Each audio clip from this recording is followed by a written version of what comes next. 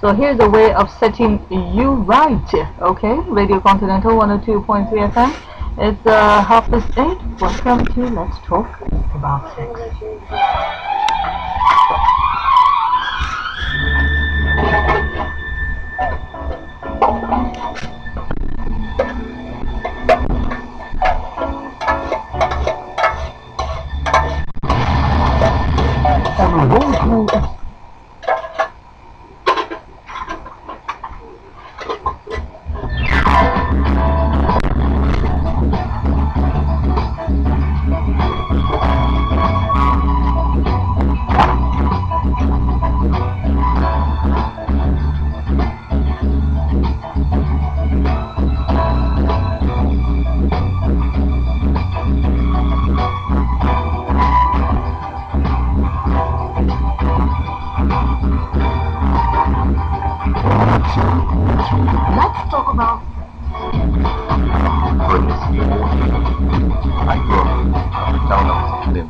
Sexually molested at 4, 8, I've been passed from one empty to another.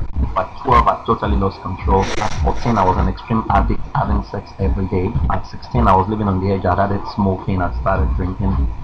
When I was 17, I began to look for solutions until I discovered that the most important sex organ I had wasn't my genital, it was my mind.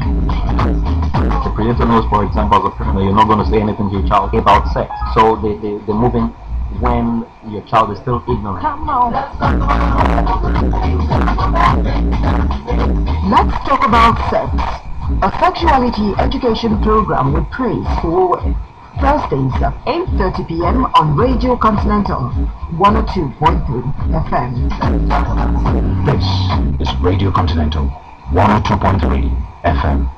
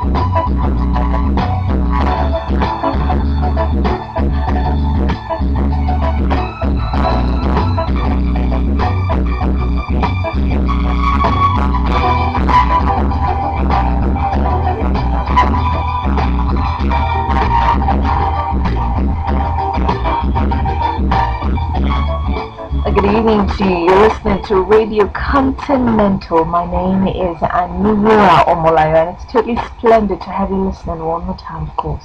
It's Let's Talk About Sex. Let's talk about everything that has to do with sex. As usual, no holds barred, and you can join us. And now until 9:30, 1 solid hour of sex. We'll take all the rounds. Yeah, we're here, we can take it, and we can give it right back to you. We hope you stay with us. We have sex recovery expert in the house. Praise forward.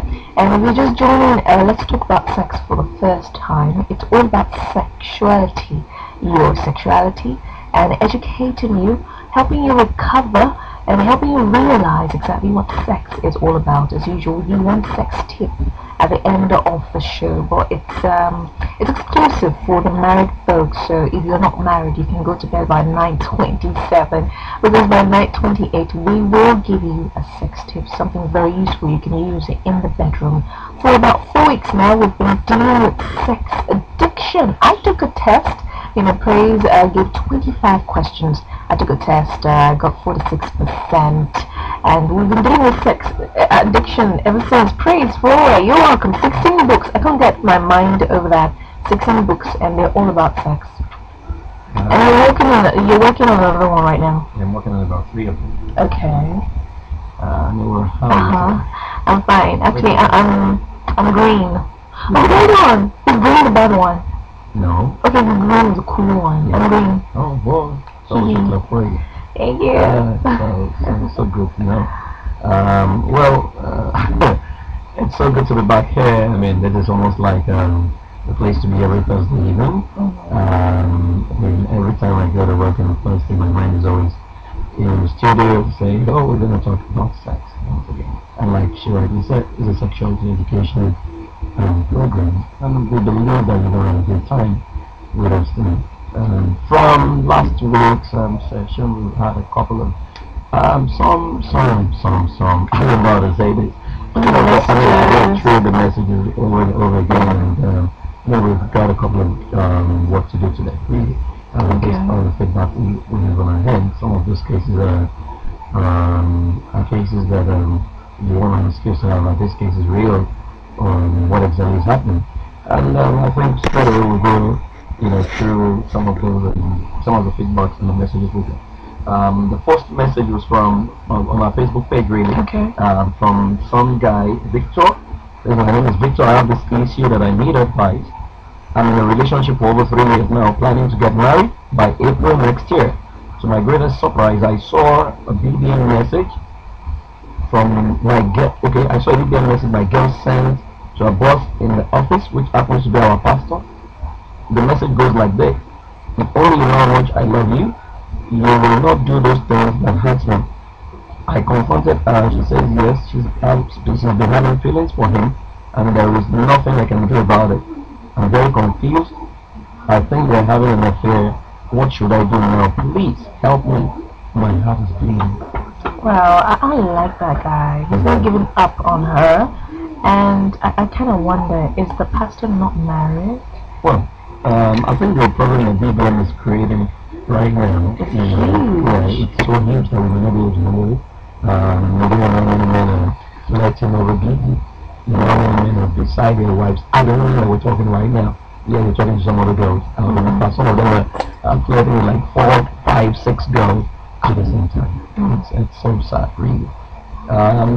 Okay, Victor, I'm sure will respond. If I went ahead to say that he also needs a public opinion. Okay. Maybe we'll the truth is open. Today, maybe next week. Then we got another message. This one says, "Me, I am not getting married. My mom is suffering in the hands of my dad. He cheats on her, doesn't give her money for upkeep, and just to feed the house and him. He beats her, and we the children don't like it. He gives us nothing to do. She mustn't come back late. He will start shouting. He monitors her movement and does not give her freedom. I have also been ignored like as if I don't exist by somebody who said he loves me before. I have realized that marriage is bondage. You can't go out and come back anytime you like. You have a man that you answer to. I have decided to be complete all by myself. I don't need anyone to love me. I don't need anyone to know me. I don't need attention. In fact, no one should look at me. I don't need to cope with the person's temperament, mood swing, and personality in this new world. I love my life as a single. I'm going to get a sperm donor for baby. When I'm sexually aroused, I just look for someone to sleep with and it goes. I don't want marriage. It's bonding for life and loss of say over my life. I don't want to lose a say over my life. I kind of felt that way when I was when I was 18. I actually told God, in a serious prayer, I thought, I don't want to get married, I just want to be alone. And they show I've changed my mind since then, because I realized that